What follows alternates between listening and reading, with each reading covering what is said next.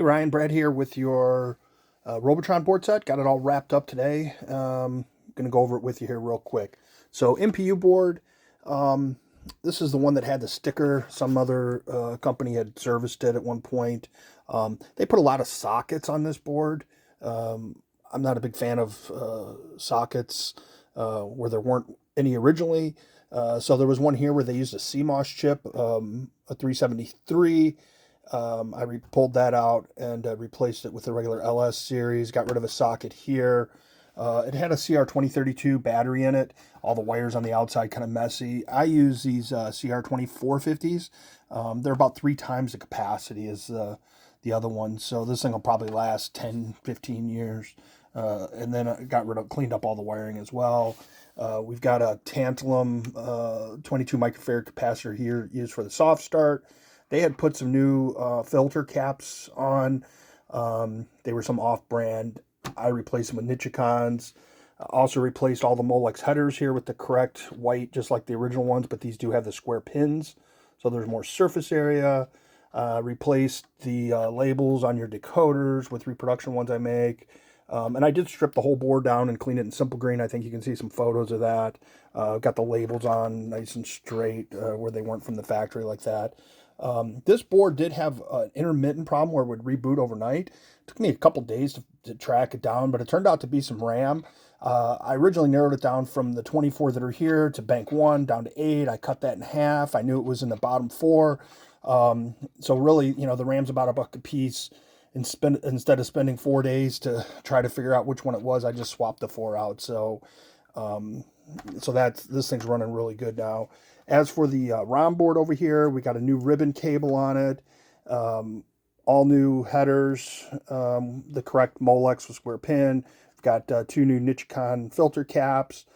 This one you did request the tie-dye ROM, so this has the latest version of the tie-dye as well with the pause mode, which is pretty cool.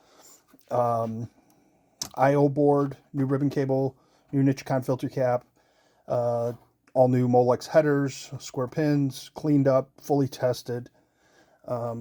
Here's all your old parts. I do return all these, all the ribbon cables and Molex headers and caps and all the parts that were used. Here's your original EPROMs with the labels on a anti-static pad. I'll return these in a pink static bag also. Soundboard, somebody had really gone through this, socketed everything, changed a bunch of components. The Molex headers they used here, they do have the black ramp fittings on them, which I do like those, but these have gold-plated pins, so I left these in place. These are pretty good connectors.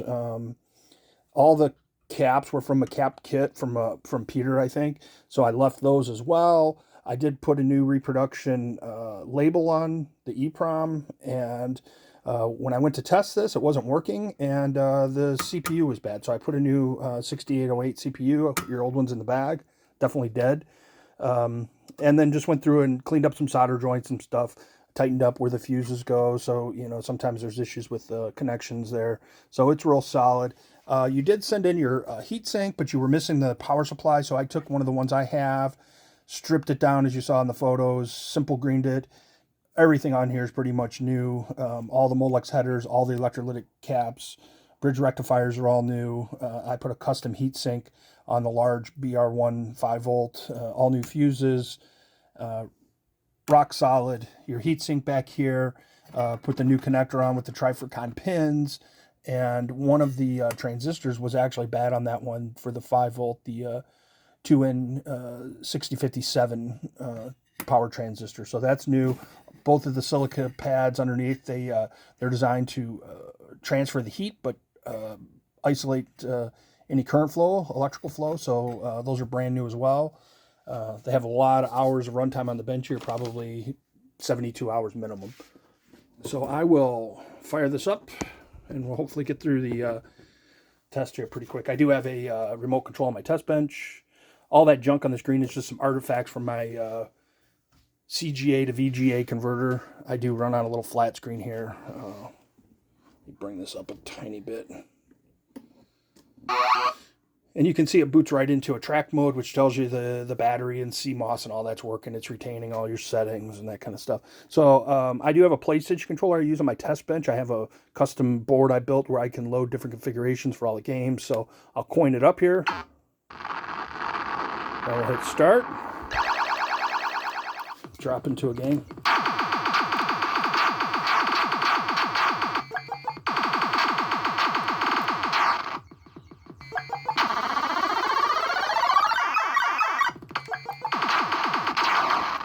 So you can see she's working real good. I'm going to drop into diagnostics. All ROMs okay. No RAM errors. CMOS is good. Sound, we'll jump through a couple of those. Gets a 6 and I'll loop back. And then for the switch test, you can see here, I can move up, down, left, right, fire up, down, coin, player 1. Everything's working. I've tested all 18 inputs there. Color test, you get your red, green, blue, color bars, bookkeeping data. This is where you go in and do all your configuration and game adjustments. And then back to a track mode. So she's good to go. Again, it's ran multiple nights on the bench now. And I'll get her boxed up and coming back to you.